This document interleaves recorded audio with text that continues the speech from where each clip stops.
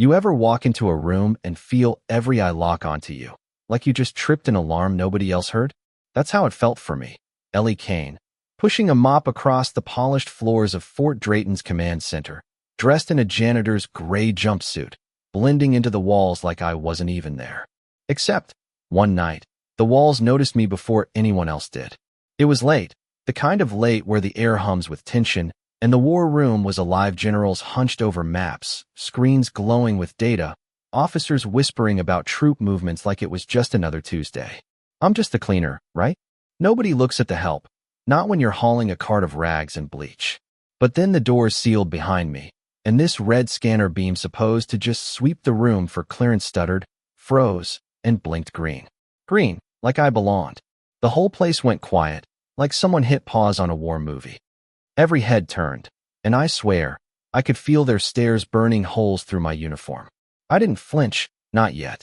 I straightened up, slow, like I'd been trained, toe spine snapping into place, muscle memory kicking in from a life I'd buried years ago. See, I wasn't always Ellie the janitor. Back in the day, I was Operative Kestrel 4, part of a Black Ops unit called Nightshade, the kind of team that didn't exist on paper.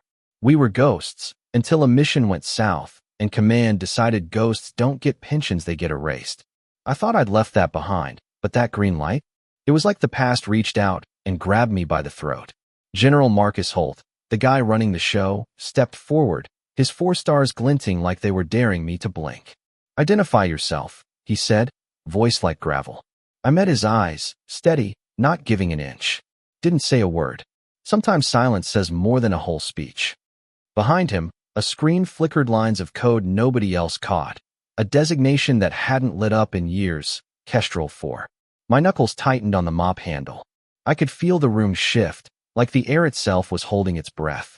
Captain Nate Brody, this cocky young officer with a smirk like he owned the place, tried to laugh it off. She's just staff, probably a glitch, he said, but his voice cracked, and nobody bought it. My stance was too sharp, my eyes too knowing. Holt stepped closer, his shadow swallowing the light. Why does the system know you? He asked. I let the words hang, then said, low and deliberate. Because it remembers what you tried to forget. Gasps rippled through the room. That phrasite was a code, a whisper from a mission called Emberfall, one the brass swore never happened.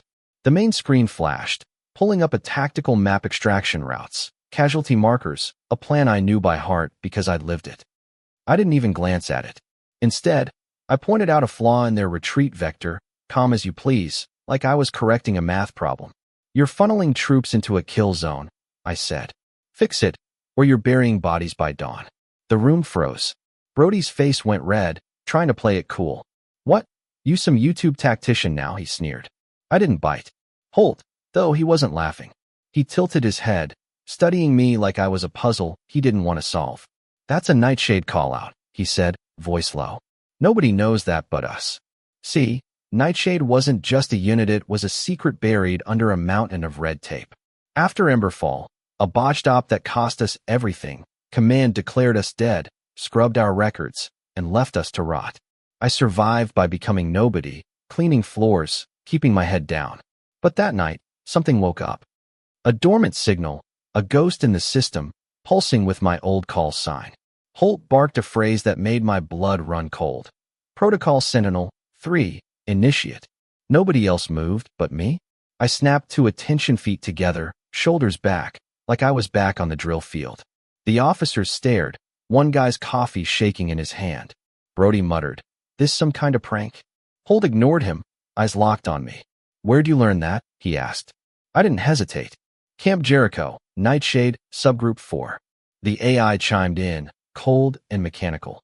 Kestrel 4, clearance obsolete, sealed under Directive Obsidian. Holt's jaw tightened. He cleared the room, fast, leaving just me and Major Lena Creed, his second-in-command, who looked like she'd seen a ghost. Ellie Kane, Holt said, slow. Or should I say Operative 4? I let my stance relax, just a fraction. I was told I was dead, I said. Funny how that works. Where you been all this time? He asked.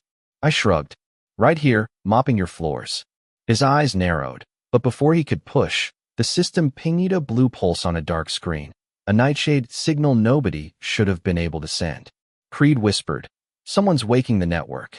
That's when we found Ida's shadow node, hidden in the base's old tunnels, feeding data somewhere it shouldn't. Me, Holt, and a tech named Sam Carter tracked it to Subsector Gamma, a forgotten corner of Fort Drayton. The air down there was thick, like the walls were holding their breath. We found a server room, too clean, too staged, with a steaming mug of tea on the floor like someone wanted us to know they'd been there. The screen lit up, no prompt, just a name, Kestrel, 8.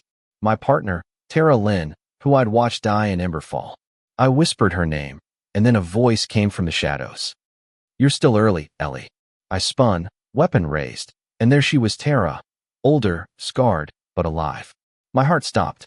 You faked it, I said, voice sharp. You left us. She didn't flinch. I stayed gone to find who burned us. She pulled up a file. Emberfall, strike authorization, signed by Captain Brody. That smug bastard, climbing ranks while we were left for dead.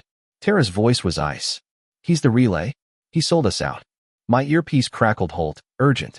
Brody's pulling clearance for a night flight. Hangar 5 now. I didn't think. I ran. The hangar was a roar of turbines, Brody's skimmer lifting off. I vaulted onto the strut, forcing my way in. He fired, missed, panic in his eyes. I broke his wrist, slammed him into the console. Tara was right behind me, and together we cracked the transponder, flooding the network with Nightshade's files. Every secret, every betrayal, laid bare. The base locked down, lights flashing, doors sealing. Holt's voice came through, half furious, half impressed. You broke every protocol I built. I smirked. That's the point.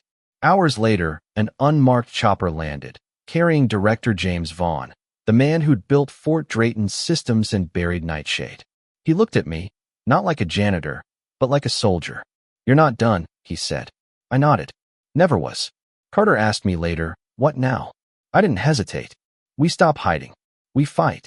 The real files, the ones Brody thought he'd erased, I kept those close, a weapon for the war that's coming. Nightshade's not dead, it's awake, and it's hungry. So what do you think? Was I right to blow it all open, or should I have stayed invisible? Drop your thoughts in the comments. Tell me about a time you had to choose between staying quiet or fighting back.